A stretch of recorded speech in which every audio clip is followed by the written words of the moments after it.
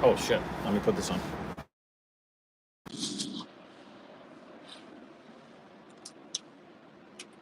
All right.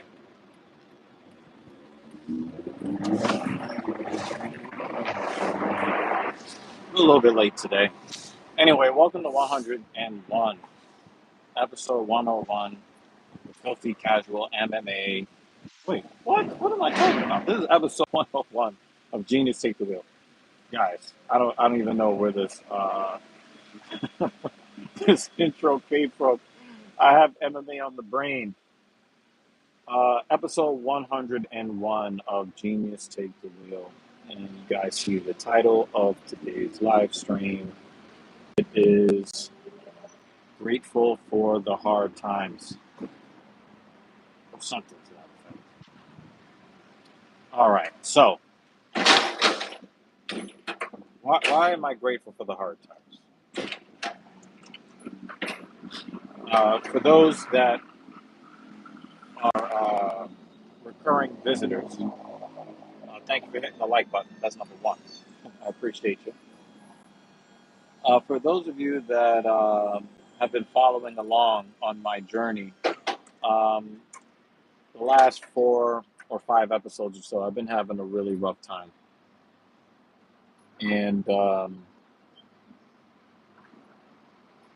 got to tell you guys, um, I'm very grateful. Not everything is going well in life, but I'm just not going to harp on those things. Um, I'll tell you like this.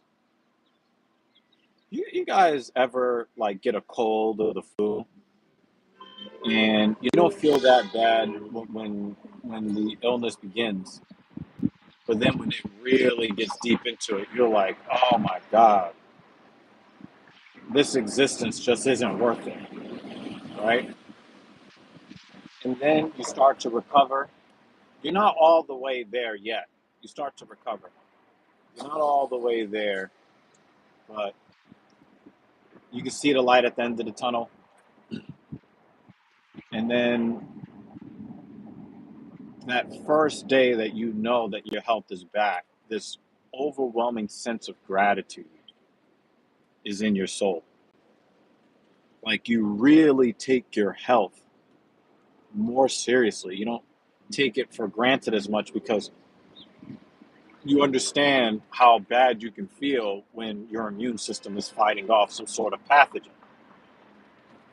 Well, what I've been through over the last 2 weeks with my lower back seizing up, after working so hard to get my lower back health to the best that it had been, since my early 30s, to feel that pain and discomfort was really, really defeating. I really felt defeated. I'm like, wow, all of this hard work, and I just can't get past this. You start doubting yourself if you're me. And I'm like, okay, I have to take this deload week. I'm going to take the foot off the brake pedal, even though I'm hitting jars. I just can't do this to myself any longer. Well, I thought that last week's deload work was just going to be easy. Before I went into the deload, I did 455 pounds on the leg press, full range of motion, slow eccentrics. I hold a high standard for my work, and I did that in a lot of pain. And I thought to myself, well, I'm just going to pull back and just do 225 pounds, and this is just going to be an easy week while I let my back recover. Hell no. I couldn't even pick up my legs or put my feet on the platform. And then I could not really produce any force because the pain was so bad. So Thursday, I was still uncomfortable, even though I thought everything was going to be good because I woke up and I felt really good. I thought, everything's going to be great. I woke up, I could move, I was limber, no pain, the whole bit. Well, I got in there, I got into the driver's seat, I tried to put my foot up on the platform, and my back continued to seize up. And I'm like, when am I going to get past this? Well, I did get through the workout on Saturday, but then the pain got really bad. Um, the pain got really bad after I did the leg press. And um, I took an 800 milligram dose of ibuprofen because I had so many things to do. I had to do the Filthy Casual MMA watch party, and I knew I was going to be sitting there for a bunch of hours. I just knew I wasn't going to be able to do it. But I said to myself, it's getting a little bit better. Or at least I was trying to tell myself that. I get 2 full days off. Let me have some good sleep hygiene. Let me feed myself properly. Sunday, I went back to heavy lifting. I hit another mini personal record on the bench press. Um, and I matched my latest personal best on the incline bench press, with on the Smith machine. And then I hit a really, really nice and easy, difficult vertical pull day. The pull-ups were just as easy as it's ever been. So I woke up today, I felt very loose. I felt like a slight, twinge of discomfort and tightness when, bending over to tie my shoe or something like that. But even that wasn't really like a big deal. Um, and so I was kind of monitoring it. I had a client at 5:15 a.m. and I was kind of monitoring how my body felt, uh, demoing moves or bending over to pick up dumbbells or whatever it was. And I had no discomfort. I had no discomfort while walking, no lower back tightness. I had no problem getting into the car this morning. I get into the seat, right side of my back starts to seize up. And I'm like, well, let me just warm up. And if I have to just stay at 225 and do heavy upper body until my lower back calms down for good, then I'll do that. But I went, 135. I hit 225 for 5, and I noticed that I was having an easier time picking up my legs. So I'm like, all right, okay. I went to 315, hadn't touched that in over a week. It was, somewhat difficult, but, and I had some difficulty getting into position, but I was okay. I went to 405. I was okay, although it felt pretty heavy. 455. When I went to 455, I was able to do it, but man, my brain was really trying to avoid the work because I could still feel the tightness in my back. But it wasn't anything like it was when I was trying to work at 225. I would probably say today at 455, the difficulty was comparable to 225 on Saturday. So that makes me feel like, there's light at the end of the tunnel. It didn't take me forever in the day, but it did take me a little bit longer to get through the 25 reps that I intended to get through, but I did it. I did it. And I got to tell you guys, like, again, like, it's not so much that I matched the PR that I attained, that I achieved prior to the deload. Um, but the fact that I was actually able to move again, like, I am so grateful to be able to move with relative ease. I'm not all the way there yet, guys. Like, it wasn't like I was able to just throw my feet up on the platform, apply force, and it was all hunky dory. No, I had my struggles today. This was not a PR for nothing. Like, it was fucking hard. All right. Um, but I am very grateful to be in the position that I'm in right now. I just have to. Um, I thought that I might have to take another week off of heavy leg work, and I didn't really have to do that. At least, that's what it's feeling like. Obviously, when I get ready for Thursday, we'll really see what's what. When I go to add an additional 5 total repetitions to the work, we'll see, right? But I feel like I'm in a good position overall. I did 3 sets of 10 at just 90 pounds on the leg curl because I really want to focus on improving the quality of my repetitions and then extending out the number of repetitions. I don't really want to hunt for big resistance numbers on hamstrings. I just need to get my hamstrings big enough and active enough where it kind of regulates my my hip, the orientation of my hips, so that I can avoid lower back discomfort that I ended up in. I think I'm also going to do more relative strength training in the realm of deadlifting instead of kettlebell swinging.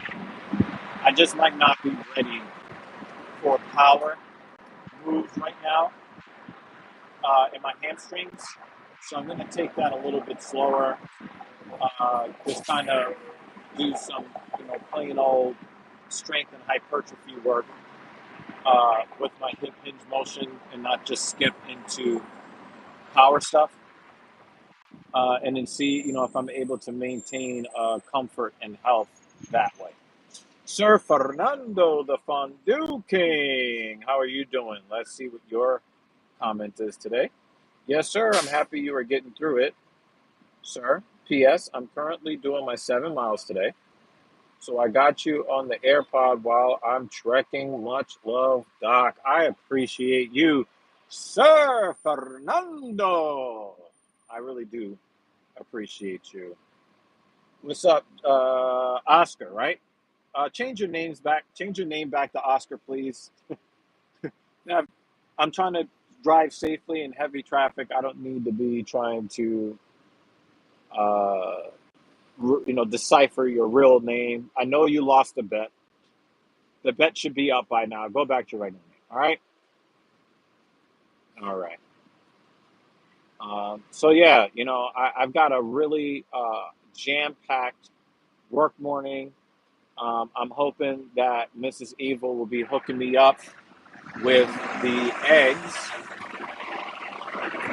because I have 3 sessions in a row, back to back to back. And a belly, it's a belly, it's a belly. Shout out to John Sterling, who just retired as the lead play-by-play announcer of the New York Yankees. He was one of the voices of my childhood, and he just recently retired. Shout out to John Sterling. He had He had a nice home run call. He made a lot of mistakes in the last few years of his career, calling play-by-play, which he had to be embarrassed about. But that guy's lived a long, full life. He has called several Yankee World Championships, and shout out to the Yankee fans. You guys definitely have more to cheer than us Mets fans. You know what I'm saying? So, shout out to you guys. Thank you guys for supporting the platform, hitting the like button, hitting the subscribe button. I've noticed you guys have been hitting the subscribe button. I really do appreciate you. There are some really interesting things that I want to talk about on the Talking Shit podcast for Filthy Casual MMA News. The thing that I just cannot stop thinking about is uh, this woman lost on Saturday night. These two women were fighting. I think it was women's bantamweight. I think it was women's bantamweight. It might have been women's flyweight. But I still cannot believe what I saw. Okay, there was a lot of weird things that happened. Thank you, Oscar. Thank you for changing your name back. Um, okay. Um, this woman lost her fight on Saturday. Get this, guys.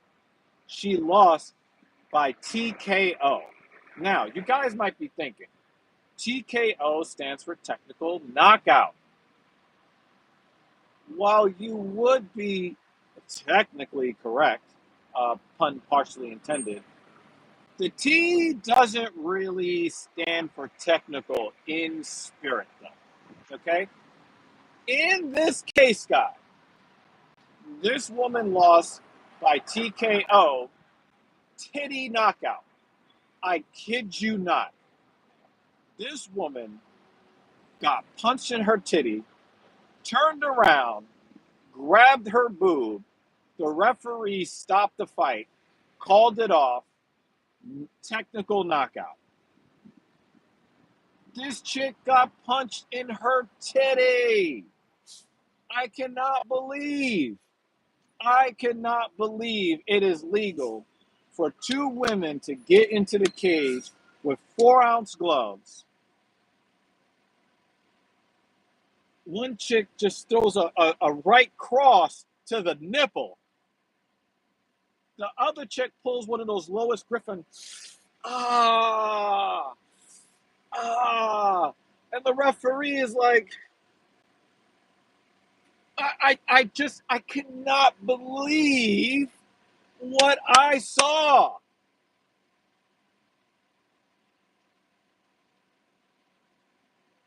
And I really wish that Bruce Buffer would have been like, by titty knockout. I, I can't believe. I cannot believe what I saw. I cannot believe it is legal to punch a bitch in her titty. I I mean, Victor Henry is now a household name among hardcore MMA fans when he got kicked in the gonads. And the doctor told him, no, you didn't get kicked in the gonads. He's got blood coming out of his meat pole. He's throwing up, and the doctor is telling him, you didn't get hit in the dick. And then Victor Henry said, it was all dick and balls, bro. So anytime some dude gets cup checked, I'm like, it was all dick and balls, man. And I know it's not funny, but it was the way he said it. So I just never thought that there would be a more iconic moment.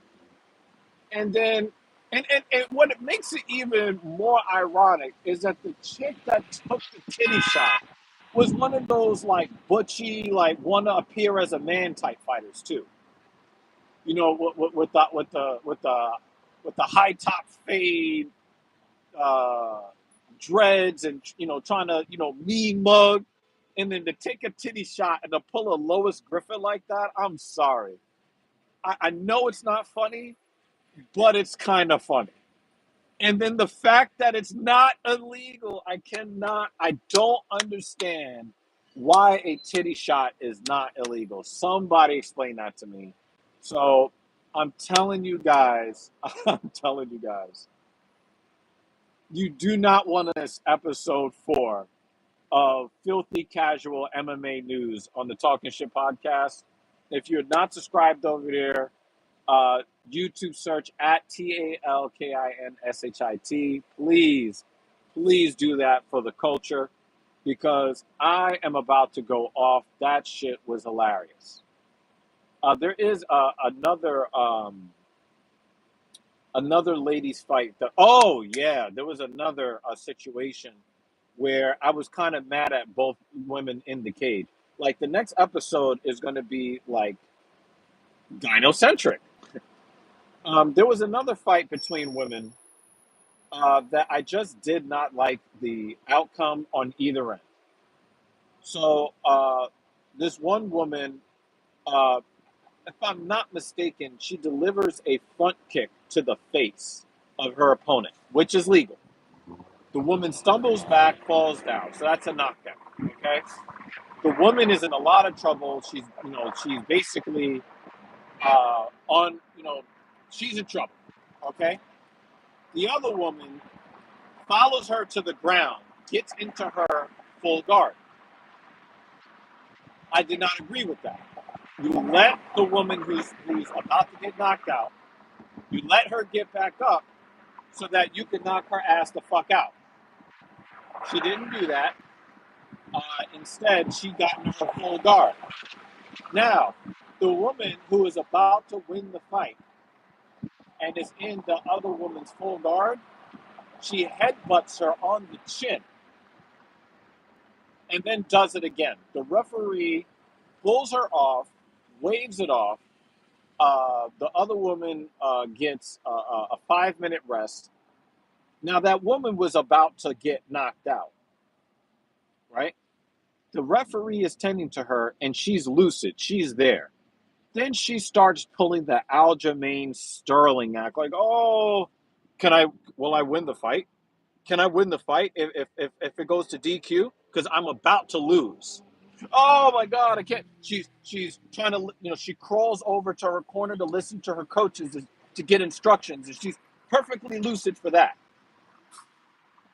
And then, I can't continue. Oh my God, I can't continue. They wave it off. She wins by disqualification, y'all. I was not happy with that, but it gets worse.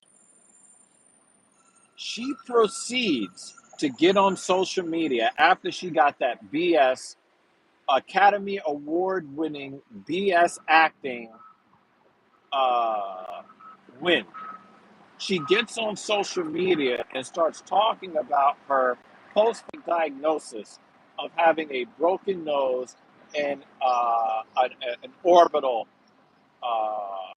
injury of some kind. Okay. Do you know what's wrong with that, guys? If you watch the replay, the headbutt hits her in the chin. It doesn't hit her on the nose, doesn't hit her on the cheekbone.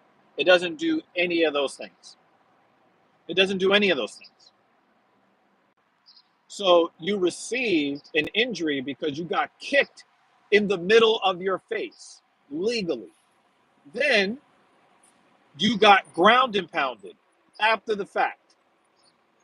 Then you took 2 illegal shots to your jaw. Well, it was really on this side. Your facial injuries are up here. The illegal strikes happen down here. And you want to talk about, oh yeah, rules are what separates us from the animals. Okay, you get credit because you watched John Wick. Okay, I love other people who love John Wick. But to try to act like you got a broken nose from a headbutt to the jaw, I gotta roast you. Anyway, I cannot roast my followers here. You guys are awesome. I'm gonna bid you adieu.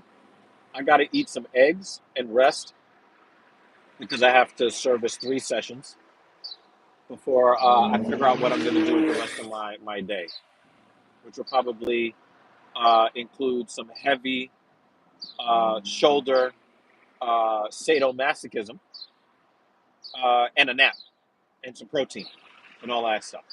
All right. Love you guys. Thank you so much for supporting me. You guys hit the like button. I really do appreciate you guys. I will see you on Thursday. Hopefully, I have good news for y'all then. I'm out. Peace.